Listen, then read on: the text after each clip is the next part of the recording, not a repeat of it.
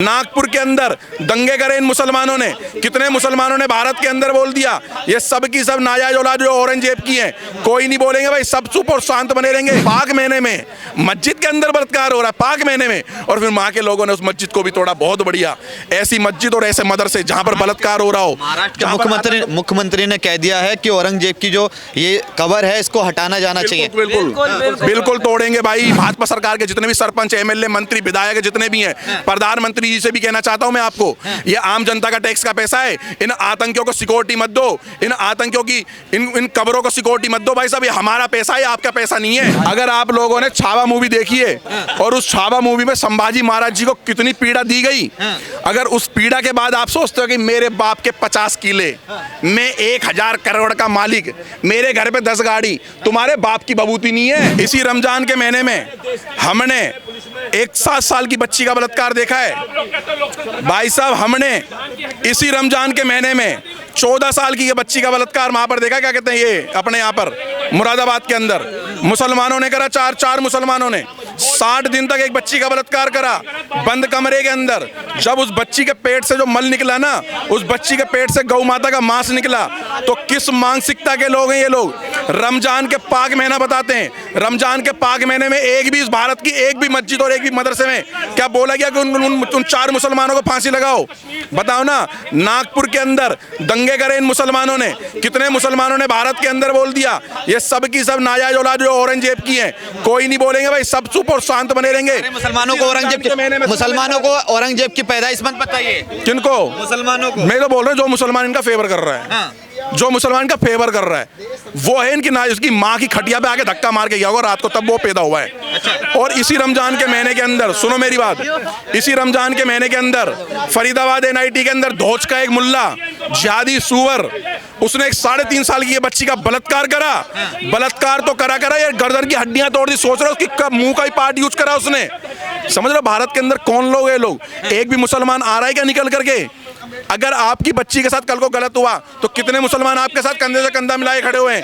श्रद्धा को मार दिया गया, 35 टुकड़े कर दिए गए। कितने मुसलमानों ने विरोध करा? साक्षी को 42 चाकू मुसलमानों ने मारा। कितने लोगों ने करा? एक जिहादी 2-2 कौड़ी के सुअरों ने यहाँ पर एक गुजर मार दिया। यहाँ पर क्या कहते हैं, यहाँ पर गाजीपुर के अंदर छाती पे गोली मार दी। कहाँ गए भाई गुजर समाज के लोग? तो मैं गुजर समाज के भी लोगों को टारगेट कर रहा हूँ। छोरे गुजर के गदर मचा देंगे। कूनी गदर मच रहा है तुम्हारा। गदर केवल थार के ऊपर इतने मोटे मोटे टायर लगते हैं ना, उधर उधर मचता है। मोटी मोटी चेनों में तुम्हारा गदर मच रहा है। 2-2, 3-3, 4-4 लाख के मोबाइल ले ले, वहां तुम्हारा गदर नजर आ रहा है। लेकिन तुम्हारा गदर धरातल पे नहीं है, तुम इंस्टाग्राम वाले व्यक्ति हो। सुमित गुजर को चौथे पुस्ते मार दिया था जब मुसलमानों ने, तब कहां गए थे गुजर समाज? तो और मुसलमान रील का डालते हैं, मुसलमान ये रील डालते हैं, गुजर भी मार दिया, जाट भी मार दिया, जाटव भी मार दिया, वाल्मीकि भी मार दिया, दलित भी मार दिया, बनिया भी मार दिया, शूद्र भी मार दिया, गटरिया भी मार दिया, सारे मार दिया। अब कौन से चौधरी रहोगे वो ही बता दो। मुसलमान ये रील डालते हैं, आप बताओ ना कब तक नपुंसकों की तरह चुप रहोगे? अपनी बच्चियों को, अपनी माओ को इन राक्षसों से बलात्कार करने के लिए छोड़ करके जाओगे? भैया देखो, सुनो, इस देश में सुनो मेरी बात, संविधान है, संविधान को हम भी मानते हैं, लेकिन संविधान ना हमें बचा पा रहा ना इस देश को बचा पा रहा है। सुन लो मेरी बात, ना संविधान तुम्हारी बच्चियों को बचा पाएगा, ना इस देश का कानून तुम्हारी बच्चियों को बचा पाएगा। मेवात के अंदर हिंदुओं को भाई साहब मांग का संदूर और हाथ का कलावा देख करके मारा। जहांगीरपुरी के अंदर मारा भाई साहब। पांडव नगर में 4 साल की बच्ची का बलात्कार कर दिया मुसलमान ने। पीलागढ़ी में 3 साल की बच्ची का बलात्कार कर दिया मुसलमान ने। भाई साहब आप बताओ ना ये लोग है कौन? आए दिन सुनो, मतलब कल की खबर बता रहा हूँ, कल की या तो परसों की। आज कितनी तारीख है? आज 18 तारीख है। 17 या 16 तारीख को 80 साल की बुजुर्ग महिला को ये बलात्कार कर दिया मुसलमानों ने बिहार के अंदर। और सारे भाई नेट है ना, ये नेट में जो कच्चे बादाम पक्का बादाम अपनी बहनों को नंगापन देखते रहते हो ना तुम लोग, इस नेट में देखो क्या वहां पर हुआ क्या बिहार के अंदर। 80 साल की महिला को एक 23 साल के एक मुसलमान व्यक्ति ने बलात्कार करा है। और जब बलात्कार करने के बाद उसको आंख फोड़ने की कोशिश करी, उस औरत को मारने की कोशिश, चिल्लाने लगी औरत, मर गई औरत, वो वहां से भाग गया। बाकी औरत ने आके अपना बयान दिया है। और एक चीज और बताता हूँ, 7 साल की लड़की का बलात्कार इसी भारत के अंदर एक मस्जिद के अंदर हुआ है। मस्जिद अभी डालो आप इंटरनेट पे, 7 साल की बलात्कार कहाँ, कौन सी मस्जिद में हुआ है? नाम मत बोलो, केवल इतना ही बोलो भारत के अंदर कहाँ 7 साल की बच्ची का बलात्कार हुआ है। मस्जिद के अंदर निकल करके आ जाएगा। पाक महीने में मस्जिद के अंदर बलात्कार हो रहा है, पाक महीने में, और फिर माँ के लोगों ने उस मस्जिद को भी तोड़ा। बहुत बढ़िया। ऐसी मस्जिद और ऐसे मदरसे जहाँ पर बलात्कार हो रहा हो। महाराष्ट्र के मुख्यमंत्री ने कह दिया है कि औरंगजेब की जो ये कबर है इसको हटाना जाना चाहिए। बिल्कुल तोड़ेंगे भाई। मैं तो कह रहा हूँ इस देश के युवाओं को 2-4 महीने, सुनो मेरी बात, इस देश के युवाओं को अपना स्कूल, अपनी क्लास, अपनी सब कुछ छोड़ करके, एजुकेशन छोड़ करके, पहले ऐसे आतंकियों की जो भारत की छाती पर, मातृभूमि की छाती पर, हमारी भारत माता की छाती पर उसकी मजार बनी पड़ी है, साले की कब्र बनी पड़ी है, साले पहले वो उखाड़ो। अच्छा, वो टाइगर राजा सिंह ने तो आज सरकार से हिसाब मांग लिया जो सरकार वहां पे सुरक्षा दे रही है। भैया कौन दे रही सुरक्षा? सरकार के बाप का पैसा है, भाजपा के बाप का पैसा है। मैं कहना चाहता हूं इन भाजपा सरकार से और इनके आम आदमी पार्टी और सॉरी भाजपा सरकार के जितने भी सरपंच, एमएलए, मंत्री, विधायक जितने भी हैं, प्रधानमंत्री जी से भी कहना चाहता हूं मैं आपको, ये आम जनता का टैक्स का पैसा है। इन आतंकियों को सिक्योरिटी मत दो, इन आतंकियों की इन कब्रों को सिक्योरिटी मत दो भाई साहब। ये हमारा पैसा है, आपका पैसा नहीं है, आम जनता का पैसा है।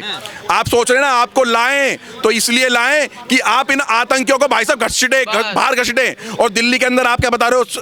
अभी एक वो चल रहा है कि दिल्ली की मुख्यमंत्री ने बोला जितने भी घुसपैठिए आतंकवादी स्लीपर सेल में, बोलता हूँ केबल में, मैं ही बोलता हूँ, जितने भी आतंकवादी स्लीपर सेल घुसपैठिए जो अवैध तरीके से रोहिंग्या और पाकिस्तान से आकर के यहाँ घुसे हुए हैं, उनको निकालने का कार्य इतना धीरे धीरे क्यों चल रहा है? कितने बंदे निकाल दिए? ये कह रहे हैं कि औरंगजेब महान था, उसने कई जो मंदिर अगर ध्वस्त करे हैं, कई राजाओं ने मस्जिद ध्वस्त करी है, ऐसा नहीं है कहीं से। कौन से राजा ने कौन से? भाई साहब एक बात बताओ, कौन सा प्रोपोगंडा चला रहे हो आप? कौन सा प्रोपोगंडा चला रहे हो यार? भारत की किसी भी मस्जिद का, किसी भी मस्जिद की आप ना कार्बन डेटिंग करवा दो, जांच करवा दो, मैं कह रहा हूँ एवं सटीक जांच बिठवा दो, मंदिर ही निकलेगा, मंदिर ही निकलेगा, मंदिर ही निकलेगा भाई साहब, मंदिर ही निकलेगा, हर जगह मंदिर ही निकलेगा। आप संभल में, बेसमेंट से निकले, संभल में देखा ना आप, संभल में कैसे गलियों में, घर के गलियों के कोने पे, नुक्कड़ पे, कहीं बस स्टैंड के पास भी मंदिर निकलेगा। संभल में बताया जा रहा है कि संभल के अंदर टोटल मिला जुला के 13,000 मंदिर थे। 13,000 मंदिर में से छोटे छोटे मंदिर बता रहा हूँ मैं, एक नगरी वही करती थी मथुरा जैसी। बाजी महाराज जी को चुना गया, उनको गद्दी पे बिठाया गया। अगर वो कब्जा करी हुई जगह नहीं छुड़वा पा रहे तो क्या जरूरत है ऐसे राजा की? अगर हमारे देश के प्रधानमंत्री इन आतंकियों स्लीपर सेलों को बाहर नहीं कर पा रहे, और जो टुकड़े टुकड़े गैंग, जो बांगपंथी गैंग, जो लेफ्ट गैंग जो है, जेएनयू गैंग वाले, लुटियन जोन वाले, अगर इनके फट्टा नहीं बजा पा रहे तो ऐसी सरकार हमें भी नहीं चाहिए। और अगर आप लोगों ने छावा मूवी देखी है और उस छावा मूवी में संभाजी महाराज जी को कितनी पीड़ा दी गई, अगर उस पीड़ा के बाद आप सोचते हो कि मेरे बाप के 50 किले, मैं 1,000 करोड़ का मालिक, मेरे घर पे 10 गाड़ी, तुम्हारे बाप की बबूती नहीं है। हमारे पूर्वजों ने इस देश को, इस मातृभूमि को बचाने के लिए खून से अपने एक खून कतरे से सोचा है। बिल्कुल नहीं था सर, वो तो धर्मांध था, कट्टरवादी था। आप ये बताइए, आप हिंदूवादी हिस्टोरियंस को पढ़ने की जगह आप किसी सेंट्रिस्ट हिस्टोरियन को भी पढ़ोगे, उसने भी औरंगजेब को ठीक नहीं माना।